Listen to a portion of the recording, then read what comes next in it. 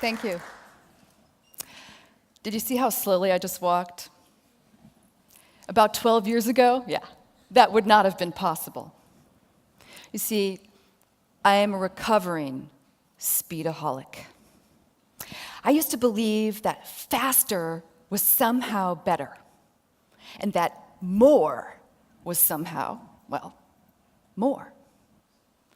Now I like to walk my talk, quite literally. And the TED shoes help. My work is based on the notion that slow is actually faster, and fast is merely exhausting. This notion was born in an ice cream parlor just outside of Boston, Massachusetts. I was there with my then 3-year-old. And she was overwhelmed by the array of 32 flavors. She didn't know which one to choose, and she took her time to do so. Well, I found myself, as a speedaholic, checking my watch, saying, come on, we gotta go! Go where?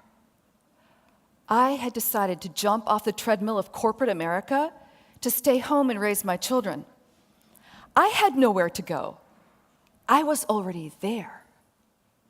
And yet, I was embedded in this idea that somehow being fast and busy and doing all of these things and moving the action forward, even in an ice cream parlor, was somehow going to make me a more productive and better person. Well, I grew ashamed of myself. Here I was in an ice cream parlor with my daughter, about to rob her of the single most amazing experience a 3-year-old can have. Selecting and savoring her very first ice cream cone. And so I decided to conduct an experiment. For the rest of the afternoon, I was going to walk at the pace of an ice cream eating 3-year-old. You can imagine how slow that is. It was slower than this one right here. But the most amazing thing happened. As I stepped out of the ice cream parlor into the sunny day with my daughter, I saw things I hadn't seen in years. I saw the leaves on the trees. I saw the flowers on the ground. And I saw faces, much like yours, smiling at me. And I asked myself, why are they smiling? Because I was smiling at them. Do you know that anxiety disorder is the single most commonly diagnosed mental illness in the United States today, affecting 18% of the US adult population? That's 1 in 5 people, basically. Costing the healthcare system over $42 billion annually. In Germany, that number is 6% of the adult population affected by the same anxiety disorder. Now, I'm no medical doctor, but my guess is that our raised anxiety today has a lot to do with our pace of life. In the mid-90s, a man by the name of Robert Levine from California State University decided to conduct a pace of life study. He wanted to see which country was the fastest on the planet. And so he and his team of graduate students went out to about 30 different countries, and they used 3 variables to measure their pace of life in each of these countries. They looked at how fast it took to purchase a postage stamp. They looked at how fast an average pedestrian walked 60 feet without knowing they were being observed. and how accurate the clocks were in public spaces. Well, you can imagine in the mid-90s, it was Switzerland that won. Switzerland was considered the fastest place on the planet. Now, don't get me wrong, I love Switzerland, and I'm sure many of you have been out there before too. It's a very bucolic place. It has a speed limit on the Autobahn, much to my dismay. But my guess is that it had more to do with the criteria that the postal system was efficient, and well, the clocks go without saying.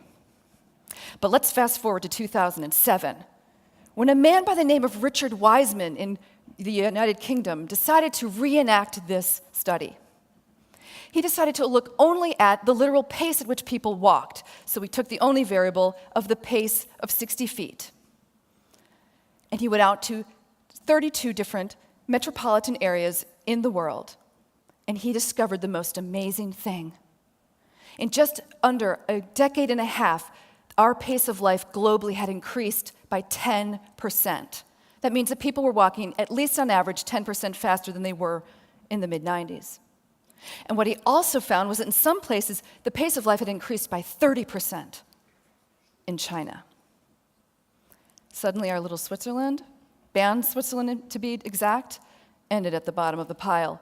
It was suddenly the slowest place on the planet, according to this study. Which one was the fastest? Singapore. Singapore was the fastest place on the planet. People were walking 60 feet roughly in 10 seconds. Now, Singapore happens to also be a hotbed of the IT industry. It is a tech-driven society.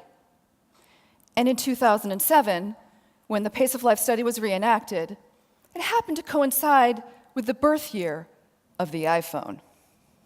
Now, I'm no technophobe. I have my own iPhone.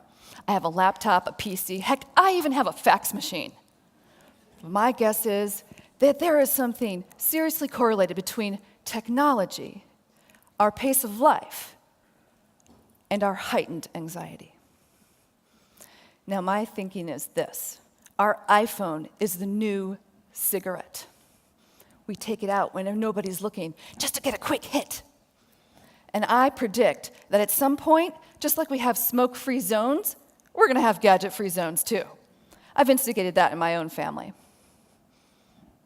According to Cisco, a multinational company that provides IT services to companies worldwide, they did a survey that said that by the end of 2012, there would be one mobile connected device for every man, woman, and child on the planet. And that by 2016, that number would skyrocket to 1.4 mobile connected devices per capita worldwide. And the world's population is growing. This means we're going to have a lot of gadgets on this planet, and we need to learn how to deal with them.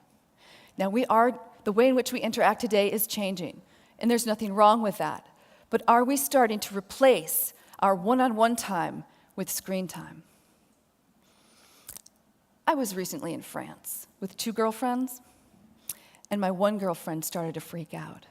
She goes, "Oh my God, oh my God, oh my God, has anyone seen my iPhone?" To which we both replied, "It's in your hand."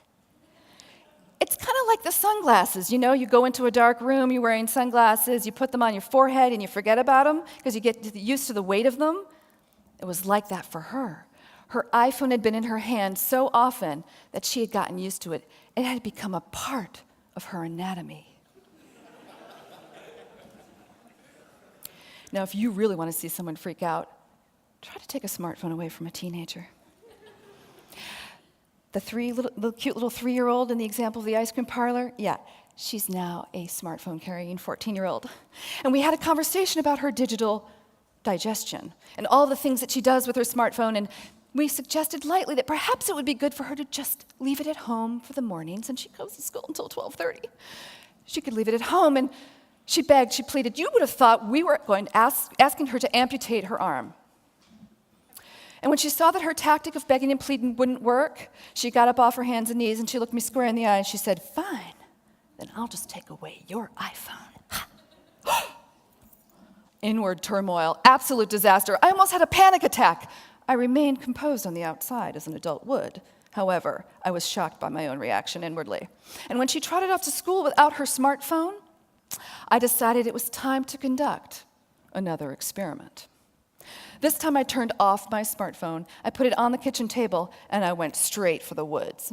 I decided to go on a nature walk without my iPhone, without saying, oh, I'm just listening to music, when what I'm really doing is waiting for the next text message. I think you all can relate to this. The most amazing thing happened as I entered the woods. I started to feel my anxiety level plummet.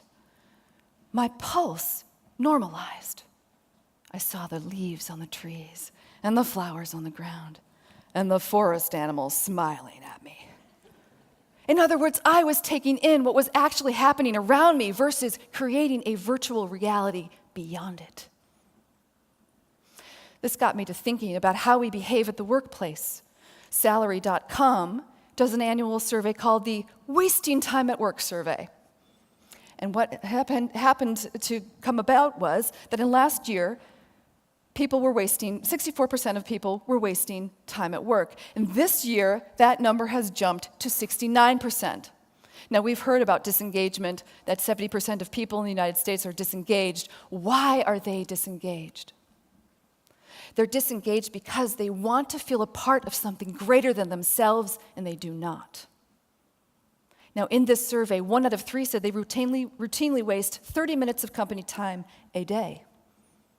And of those people that waste time at work, 15% said they were on Facebook. Another 14% said they were on Yahoo. What we're doing is we're removing our water cooler talk and our one-on-one time, and we're bringing it to the screen. And we're trying desperately to connect with people. And that's a normal thing. But my concern is that we're moving away from our human interaction and working more with our machines. Now, this gets me to the one question. The one question, such that if you were to ask it of yourselves every single day, it would change your lives forever. Now, not many people ask themselves this one question. And of those people that do ask themselves this question, even fewer find an answer. And of those people that find an answer, even fewer actually act upon it. But I promise you, if you ask yourself this question routinely, an answer will start to emerge. Now, what is the question? The question is, what is most important to me today? What is most important to me today, such that if I did that one thing, if I experienced that one moment, I would be one step closer to my higher vision? I had the pleasure several years ago of interviewing Marianne Williamson, who was a great thinker of our times. And for those of you who are not familiar with her, she's the author of The Age of Miracles, as well as many other books. And she's been quoted by many people, including Nelson Mandela. And so I asked her, what is your favorite time of day? To which she quickly replied, the morning. The morning, I said, why is that? She said, because the morning is where all things begin. The morning is the time in which you have a new life, a time of new possibility. Well, this totally resonated with me because my work is all about our personal bank account of time, and every single day it gets filled up 24 hours. The mystery of our lives is that we don't know how often that happens. And the truth is, it doesn't matter that we don't know. The question is, what do you do with the time you have now? I got very inspired by Marianne Williamson. She said, start the morning with a mantra or a benediction, a prayer of gratitude that you have yet another day on this planet. So I went home and I said, great, I want to be like Marianne. I'm going to do that.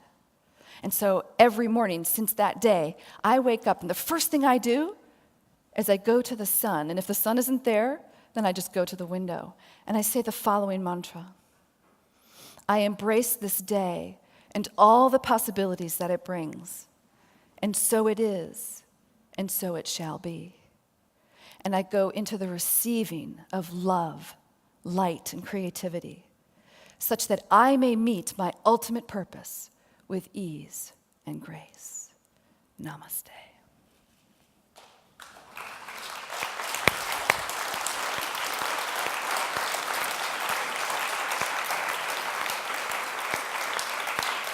Thank you. Now that sure beats checking your Facebook status while you're still lying in that horizontal position in the bed before your feet have even touched the ground. So what I would encourage you to do when you start your morning is to connect with yourself first before you connect with your 1,000 Facebook friends. When we start to ask ourselves what is the most important thing, we start to become more aware of what we're doing on this planet. We only have a certain amount of units in our personal bank account, and we don't know how often that will be filled. But the truth is that as we start to ask ourselves what moves us, we become, and our thoughts and our actions become more in alignment with our higher vision.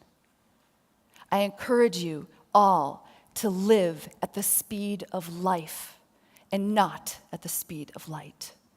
That, my friends, is my greatest wish for you. Thank you.